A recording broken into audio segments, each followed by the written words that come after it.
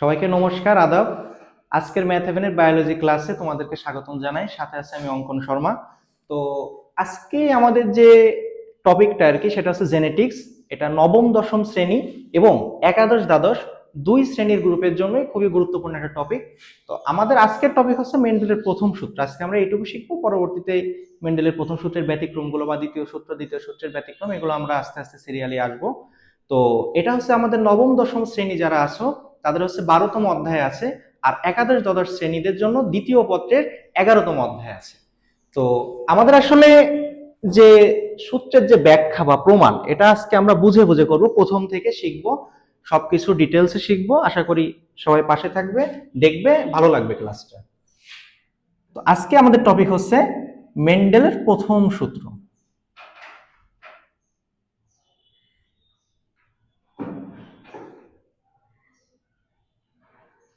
আচ্ছা, তো এখন মেন্ডেল সাহেবকে কিন্তু আধুনিক জিনতত্ত্বের জনক বলা হয়, ঠিক আছে।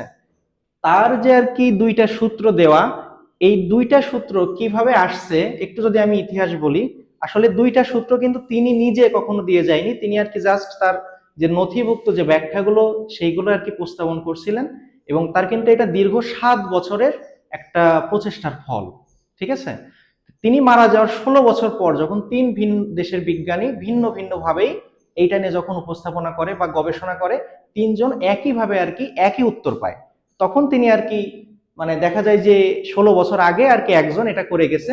তার নাম হচ্ছে গ্রেগর জোহান মেন্ডেল, এবং তিনি কিন্তু মোটামুটি একজন অস্ট্রিয়াবাসী ধর্মযাজক ছিলেন। তো সেখান থেকেই তার গির্জার পাশে যে জমিগুলো আর কি ছিল সেইখানে 34 প্রকার মটরশুঁটি নিয়ে তিনি আর কি এটা নিয়ে গবেষণা শুরু করেন। তো তার পরবর্তীতে কার্ল পরেন্স আর কি এই দুইটা সূত্র প্রতিপাদন করেন, এবং তারই এই সূত্র দুইটা দিয়া বাট নাম হয় আমাদের আর কি মেন্ডেলের প্রথম সূত্র, মেন্ডেলের দ্বিতীয় সূত্র। তো এখন আমরা দেখি মেন্ডেলের প্রথম সূত্রে আর কি কি বলে গেছে। তো এটাকে মনোসংকর ক্রস বলা হয়, মানে একজোড়া বিপরীত বৈশিষ্ট্যের মটরশুঁটি নিয়ে আর কি কাজ করা হয়। তো এই ক্ষেত্রে বিশুদ্ধ লম্বা উদ্ভিদ আর বিশুদ্ধ খাটো উদ্ভিদ নিয়ে আমাদের ক্রসিংটা আর কি শুরু করা হয়, ঠিক আছে। তো এখন আমি একটুখানি বলে নিই। তো বিশুদ্ধ লম্বা মানে শুধু লম্বার জন্য আমাদের এখানে আগে ধরে নিতে হয়, ঠিক আছে, যে লম্বা হওয়ার জন্য আমার ডাইজিন হচ্ছে মনে করো বড় হাতের টি, আর খাটো হওয়ার জন্য আমার ডাইজিন হচ্ছে ছোট হাতের টি। তো এখন এই জিন তত্ত্ব শিখতে গেলে বা জিন তত্ত্ব করতে গেলে আমাদের একটা জিনিস সবসময় মাথায় রাখতে হয়, যে এই যে বড় হাতের যে অক্ষর, বড় হাতের অক্ষর মানে সবসময় কি হবে, প্রকট বৈশিষ্ট্য। আমি যদি একটুখানি এখানে লিখি, বড় হাতের অক্ষর, বড় হাতের অক্ষর মানে কি হবে, প্রকট বৈশিষ্ট্য, ঠিক আছে।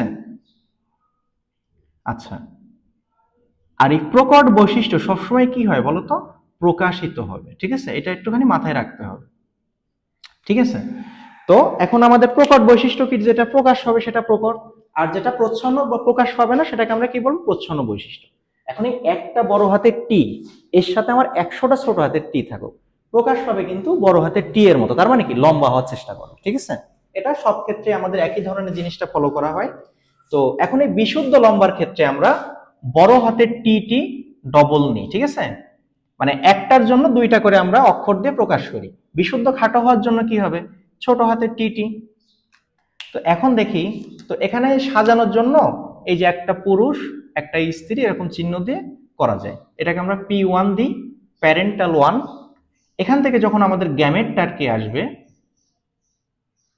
দেখো এখন গ্যামেট এটা দুই ভাবে নেওয়া যায়।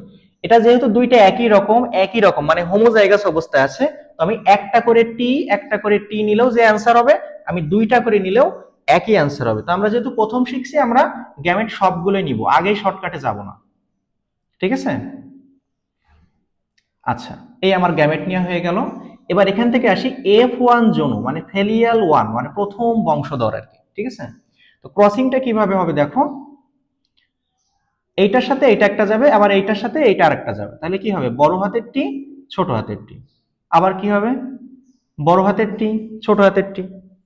এবার দেখো এই টি দিয়ে ক্রসিং করি, বড় হাতের টি ছোট হাতের টি, এইটা দিয়ে ক্রসিং করি, বড় হাতের টি ছোট হাতের টি। এখন কথা হলো, এই যে চারটা আমার প্রজন্ম আসছে প্রথম বংশধর, এই চারটার বৈশিষ্ট্য কেমন হবে, মানে এরা কি হবে, লম্বা হবে না খাটো হবে, তো সেটা আমরা দেখি। তো আমি প্রথমেই বলে নিয়েছি যে বড় হাতের অক্ষর মানে প্রকট বৈশিষ্ট্য। দেখো প্রত্যেকের ভিতর একটা করে হইলেও বড় হাতের টি আছে, তাহলে এখানে এরা সবাই কেমন হবে বলতো, সবাই এরা লম্বা হবে। কিন্তু এখানে একটা ব্যাপার আছে, এটা কেমন লম্বা হবে, বিশুদ্ধ লম্বা না সংকর লম্বা? অবশ্যই এরা সবাই সংকর লম্বা হবে। কেন সংকর লম্বা হবে? কারণ দেখো এটা হচ্ছে হেটারোজাইগাস অবস্থায় আছে। হোমোজাইগাস মানে কি একই রকম জিনিস থাকা মানে হচ্ছে হোমোজাইগাস, আর হেটারোজাইগাস মানে কি ভিন্ন ভিন্ন জিনিস থাকে। দেখো বড় হাতের একটা টি আছে, ছোট হাতের একটা টি আছে, মানে দুইটা অ্যালিল পরস্পর ভিন্ন। তো এই জন্য ভিন্ন আছে বলে এরা সবাই কেমন হয়েছে, সংকর হয়েছে। তো এখন যদি আমি এখান থেকে যখন আমার পরবর্তী যে বংশধরটা আসবে, তো সেটা আমি নিয়ে দেখি কি হয়। এই দুইটা থেকে মনে করো আমি একটা নিলাম, মানে এরাই তোমার পরবর্তীতে পিতামাতা হবে, তাই না? আর এই দুটো থেকে মনে করো আমি একটা নিলাম, মানে এদের কিন্তু সবারই বৈশিষ্ট্য কেমন হয় বলতো, লম্বা। কিন্তু কেমন লম্বা, সংকর লম্বা। এটাও কি হবে, লম্বা, কিন্তু কেমন লম্বা, সংকর লম্বা। ঠিক আছে, একটা পুরুষ চিহ্ন দিয়ে নিবা, একটা স্ত্রী চিহ্ন দিয়ে নিবা, মেল ফিমেল। এখান থেকে আমার এটা আর কি P2 আসবে, প্যারেন্টাল 2। এখান থেকে যখন আমার গ্যামেট আসবে, দেখো আমি কিন্তু উপর একটা কথা বলছিলাম যে যখন আমার হচ্ছে হোমোজাইগাস অবস্থায় থাকবে, আমি কিন্তু একটা করে টি বড় হাতের টি, একটা করে ছোট হাতের টি নিয়েও যে অ্যান্সার হতো, আমার দুইটা করে নিয়েও সেই একই অ্যান্সার হয়েছে। দুইটা করে নিলে চারটা হবে, একটা করে একটা করে নিলে আমার একটা অ্যান্সার হবে, কিন্তু জিনিস কিন্তু আমার একটাই হতো, মানে সংকর হতো। কিন্তু এই ক্ষেত্রে কিন্তু আমাদের ওই যে একটা করে নেওয়ার আর কোনো সুযোগ নাই, কারণ এখানে আমার হোমোজাইগাস আছে, হোমোজাইগাস নাই, এখানে আমার সবই কি বলতো, হেটারোজাইগাস। আর হেটারোজাইগাস আছে মানে কি করতে হবে, আমার অবশ্যই দুইটা করে গ্যামেট নিতে হবে, কোনো সুযোগ নাই এখানে। তো দেখো এবার আমি গ্যামেটটা নিছি, কিছুই না, জাস্ট যা আছে সেটা দিয়ে গোল দিয়ে দিবা, ঠিক আছে? ওকে।